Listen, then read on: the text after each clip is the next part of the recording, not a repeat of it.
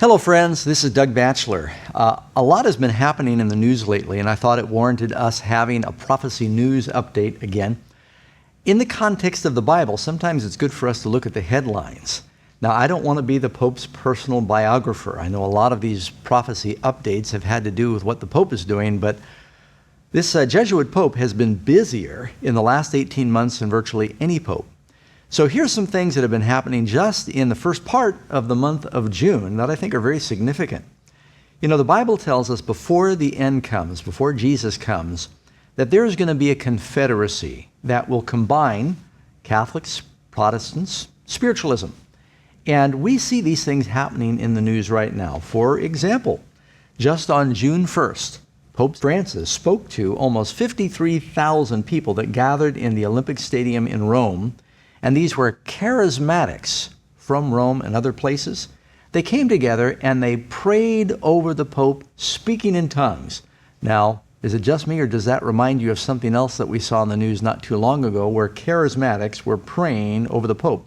That time, the Pope just sent a video message on his smartphone. This time, he actually came into the stadium and he knelt without the traditional kneeling pillow. He knelt there and asked them all to pray for him. The Vatican News reports that this is the first time in history in which a pope visited an international charismatic renewal convocation.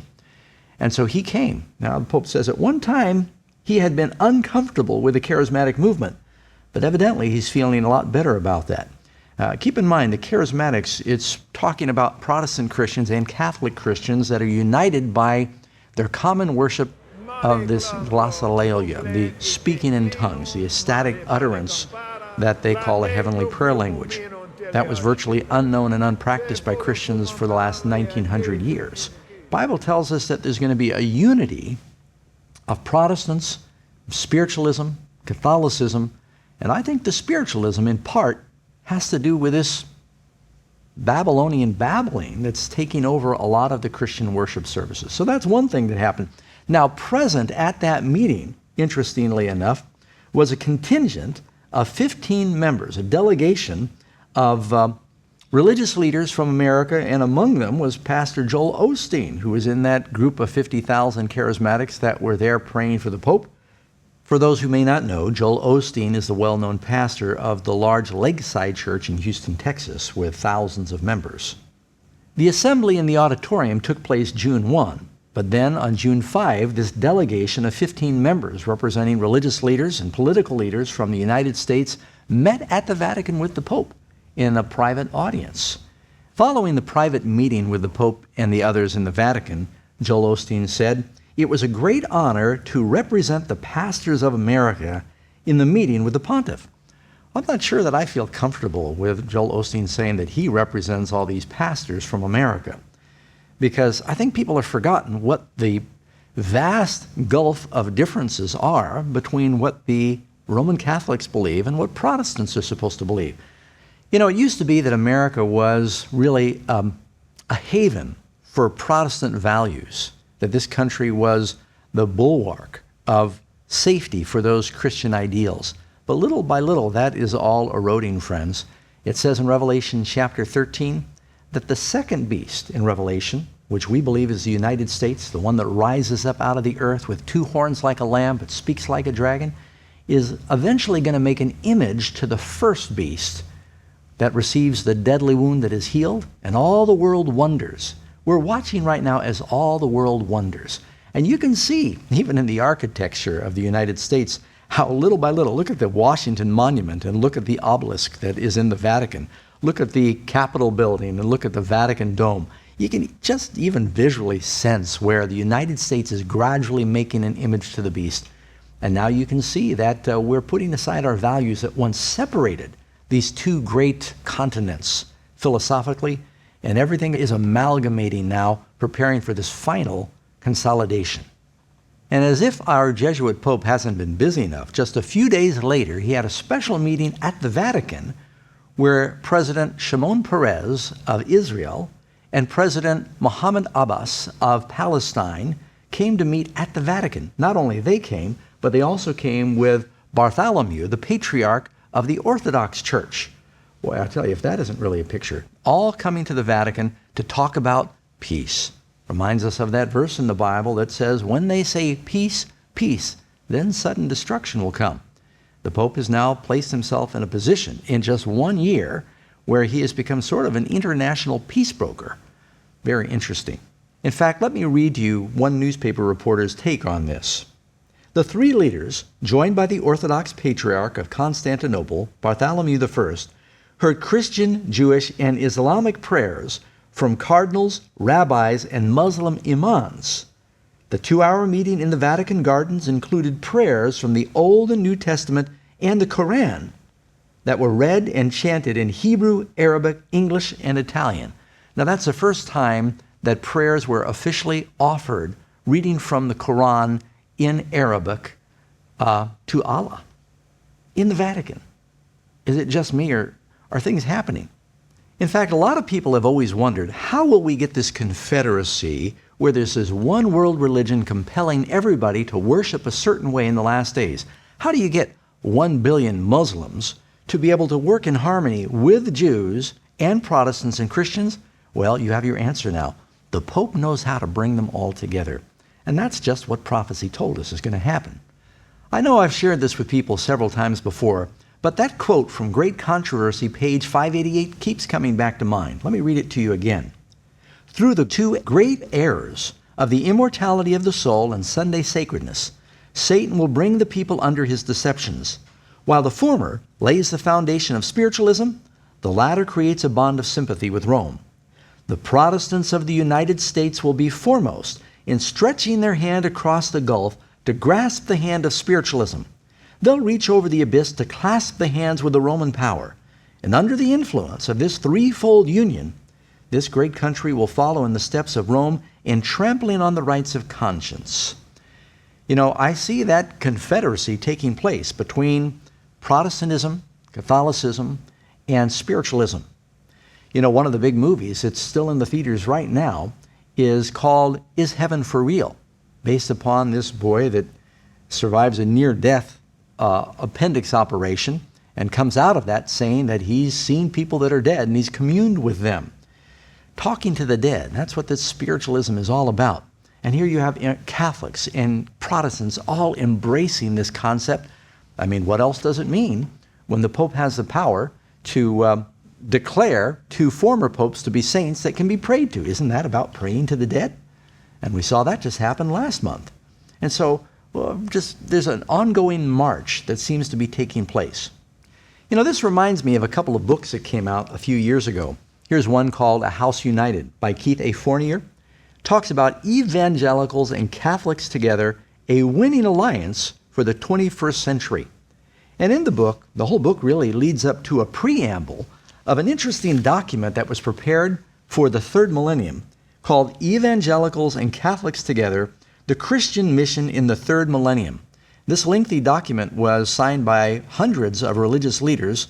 Many people have forgotten about it. It took place in 1994, but they mapped out their plans for Catholics and Charismatics and Evangelicals to work together to build a confederacy for changing society. And you know what? They're marching through this plan just as they foretold. You can, by the way, find this anywhere online. One more time, it's called Evangelicals and Catholics Together, the Christian Mission in the Third Millennium. Among the things they talk about is we must not be proselytizing or evangelizing believers from other faiths. Catholics in particular do not want Protestants trying to evangelize their believers. And so those who have signed on to this agree with that. They also believe that we should be using civil powers and government to enforce certain moral values. There's probably areas where I would agree with that, but that will be used eventually in saying that the legal powers are going to be used to tell us when and where and what day to worship. In addition, another book that came out during the same time is a book by the late Chuck Colson. I met him, good man. Evangelicals and Catholics Towards a Common Mission Together. And in this, they talk about one of the things that is uniting the evangelicals and the Catholics is our common worship styles. Let me read you a little quote here or two. More generally, the spread of the charismatic movement through songs, prayers, and worship styles going well beyond officially charismatic circles has done a great deal to reduce the barriers between Catholics and evangelicals. Here's another quote from that book, page 172. Billy Graham's cooperative evangelism, in which all the churches in an area are invited to share, is one such. Charismatic gatherings where the distinction between Protestant and Catholic vanishes. That's a scary thought right by itself. In a Christ-centered unity of worship, fellowship, and joy are further examples of this. So you can see where this is heading, friends. Little by little, the barriers, the theological distinctions that make us unique in our beliefs are being eroded and dissolved. They're gradually evaporating. And this Pope is doing a masterful job of breaking those things down. Let me just wrap some of these thoughts up. I could go on, but it reminds me of a couple of prophecies in the Bible. You can start out, for example, by going to Daniel chapter 11. Keep in mind, in Daniel chapter 12, it talks about Michael standing up. This is the end of the world. There being a great time of trouble. There being a resurrection. Just before that end time scenario, it talks about the beast power, the one who has no regard for the desire of women in Daniel chapter 11. And it's just interesting. I don't claim to understand it all, but in Daniel 11, the last few verses, it talks about the glorious land, the promised land. And it says that he'll plant his tabernacle in the glorious mountain. And then it lists a number of Middle Eastern countries. Oh, it probably doesn't mean anything, friends, so don't you get worried. You can also read in Revelation chapter 16, speaking about the last plague before the battle of Armageddon. Then the sixth angel poured out his bowl on the great river Euphrates, and the water was dried up, so the way of the kings of the east might be prepared. And I saw 3 unclean spirits like frogs coming out of the mouth of the dragon, out of the mouth of the beast, and out of the mouth of the false prophet. For they are the spirits of demons, performing signs that go out to the kings of the earth and of the whole world to gather them together to the battle of the great day of God Almighty. Behold, I'm coming as a thief, Jesus said. Blessed is he who watches and keeps his garments, lest he walk naked, and they see his shame. And they gathered them together to a place called in the Hebrew tongue Armageddon. Friends, I just see a consolidation, a coming together of world events that are paving the way for things that are going to be happening soon. And all of this recent notoriety of the Pope is happening against the backdrop of an upcoming synod that's happening in October. Let me read it to you from the Catholic website.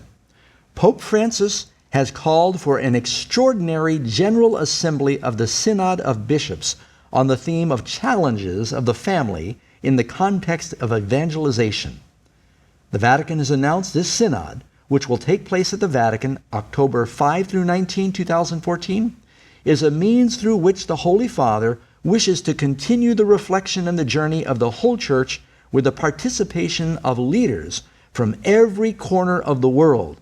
This is going to be a time when they're going to come together and talk about the dynamics of the family. No doubt they're going to talk about the problems with homosexuality and how that relates to the definition of marriage, and they'll be talking about abortion. And I expect they're going to talk about the importance of Sunday worship to bring the family together. So just be watching, friends, because I think a lot of things are playing out right now. So as we see the confluence of all these events, even the secular writers in the world are sitting back marveling at how busy this Pope has been, placing himself right at the center stage in the events of religion and politics. And this is exactly what prophecy said is going to happen. He has to be in a position where he's going to create a confederacy of world powers, that the world is going to look to him for answers. Right now, if there was some catastrophe in the world, if there was a financial meltdown, if there was some tremendous natural disaster, who do you think in the world has positioned himself to be the one that everyone is going to look to for answers? And they'll give him a great deal of credibility, especially if people are afraid because of some catastrophe or financial disaster. And his emphasis on prayer is wonderful. But this is exactly what I've always expected the world would look like just before the end, friends. That's why it's so important. If you don't understand why this is important, you need to get a hold of that video that we recently produced called Revelation, the Bride, the Beast, and Babylon. You can download it from iTunes. You can order it from Amazon. It's at all major outlets. And you can go to the website. It's called revelationmystery.com. We need to be praying. And if there's something in your life where you're not ready, you need to get right with God now.